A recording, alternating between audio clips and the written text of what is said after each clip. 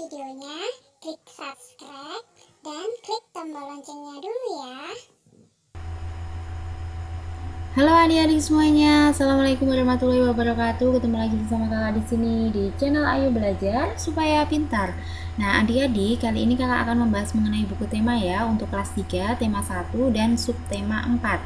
Nah, tema 1 yaitu pertumbuhan dan perkembangan makhluk hidup, subtema 4 pertumbuhan dan perkembangan tumbuhan, dan di halaman 154 di pembelajaran kedua. Nah, adik-adik, alangkah lebih baiknya kalian bisa mengerjakan terlebih dahulu soal-soal yang ada di pembelajaran 2 secara mandiri ya. Setelah kalian selesai mengerjakannya, kalian bisa menonton video kakak kali ini dan juga mencocokkan jawaban antara jawaban kalian dan juga jawaban kakak. Nah, langsung saja kakak akan membacakan materi dan juga jawabannya di pembelajaran 2 ini. Di sini ada ayo mengamati, bacalah teks berikut. Perkembangbiakan tumbuhan dengan biji. Sebagian besar tumbuhan berkembang biak dengan biji. Tumbuhan dewasa akan berbunga dan menghasilkan buah. Di dalam buah terdapat biji. Biji berkembang menjadi tanaman baru. Tanaman baru tumbuh menjadi dewasa dan berubah. Perputaran tahapan perkembangbiakan tersebut membentuk sebuah siklus atau daur hidup. Perhatikan gambar bagian-bagian di biji di bawah ini. Nah, ini ada bagian selimut biji melindungi biji, embrio calon tumbuhan baru, kotiledon sumber makanan untuk calon tumbuhan baru. Nah, itu ya. Lanjut di halaman 155, di sini ada ayo menulis. Amati gambar berikut. Gambar menunjukkan daur hidup tanaman semangka. Lengkapi bagian daun berikut dengan gambar yang sesuai. Nah, ini kan ada gambar ya, A, B, C, D, dan E. Ini kakak sudah tuliskan di gambarnya. Untuk yang pertama adalah biji dulu, yaitu gambar D, terus kecambah gambar B, E itu tumbuh, C berbunga, dan A itu berbuah. Nah, itu dari hidupnya ya.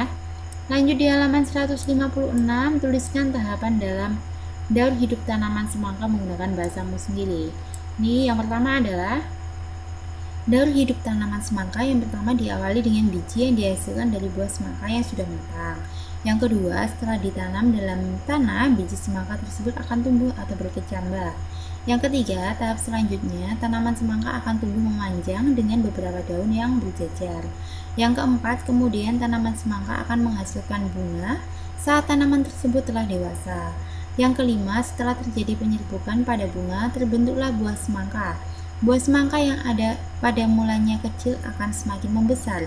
Buah semangka menghasilkan banyak sekali biji semangka yang dapat ditanam kembali. Nah, ini adalah contohnya untuk daun cocor bebek dan pohon pisang ya. Perkembangbiakan tumbuhan dengan tunas. Selain dengan biji, tumbuhan berkembang biak dengan tunas. Tunas adalah anakan yang tumbuh di dekat tumbuhan induknya. Ada juga tunas yang tumbuh di daun induk. Contohnya tanaman sosor bebek. Salah satu contoh tumbuhan yang bertunas adalah pisang dan sosor bebek. Lanjut di halaman 157.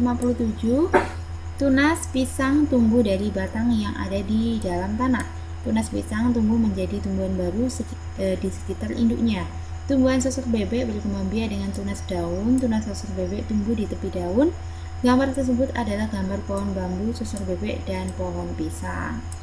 Nah, pohon bambu juga berkembang biak dengan tunas. Anakan pohon bambu akan tumbuh di dekat tumbuhan induknya.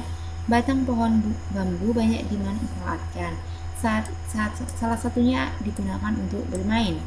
Nah, di sini ada ayo mencoba ya contoh bermain bambu ini. Lanjut di halaman 158. Ikuti tahapan bermain sesuai gambar. Buatlah kelompok-kelompok yang terdiri atas 5 pemain. Nah, di sini seorang pemain akan bertugas melompat, 4 pemain lainnya bertugas memegang batang bambu. Setiap pasangan pemegang bambu berhadap-hadapan dan menggerakkan bambu bersamaan. Gerakan bambu dengan buka dan tutup secara bergantian dengan hentakan masing-masing 2 kali hentakan. Pemain yang tidak memegang bambu melompat-lompat pada bambu yang terbuka. Jangan sampai kejepit bambu, lakukan secara bergantian. Lanjut di halaman 159, di sini ada ayo berlatih. Pentingnya bekerja sama. Bermain lompat bambu memerlukan kerjasama yang baik antara sesama pemegang bambu maupun pemainnya. Jika tidak ada kerjasama, akan membahayakan pemain dan pemegang bambu. Tangan pemegang bambu biasa terjepit bambu jika tidak bekerja sama dengan baik. Kaki yang melompat pemain akan tersangkut dan terjepit bambu jika tidak ada kerjasama yang baik. Selain kerjasama, konsentrasi pemain juga sangat penting. Saat bermain lompat bambu, jika tidak berkonsentrasi maka akan membahayakan seluruh pemain. Nah, untuk pertanyaan yang nomor 1 adalah apakah kamu bekerja sama dengan teman saat bermain lompat bambu? Pastinya iya ya. Yang kedua, bagaimana cara kamu bekerja sama? Yaitu kompak dalam membuka dan menutup bambu secara bergantian dengan aba-aba hentakan. Lanjut di halaman 160, apakah cara yang membuat kamu berhasil bermain lompat bambu? Yaitu kompak dan konsentrasi dalam bermain.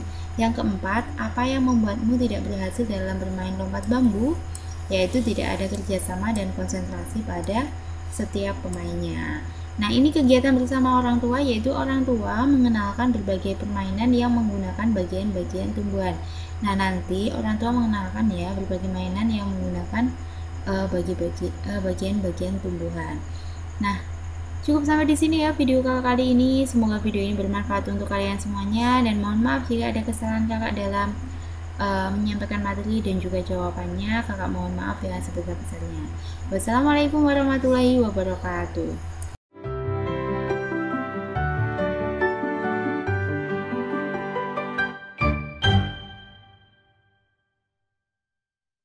Sebelum nonton videonya, klik subscribe dan klik tombol loncengnya dulu ya.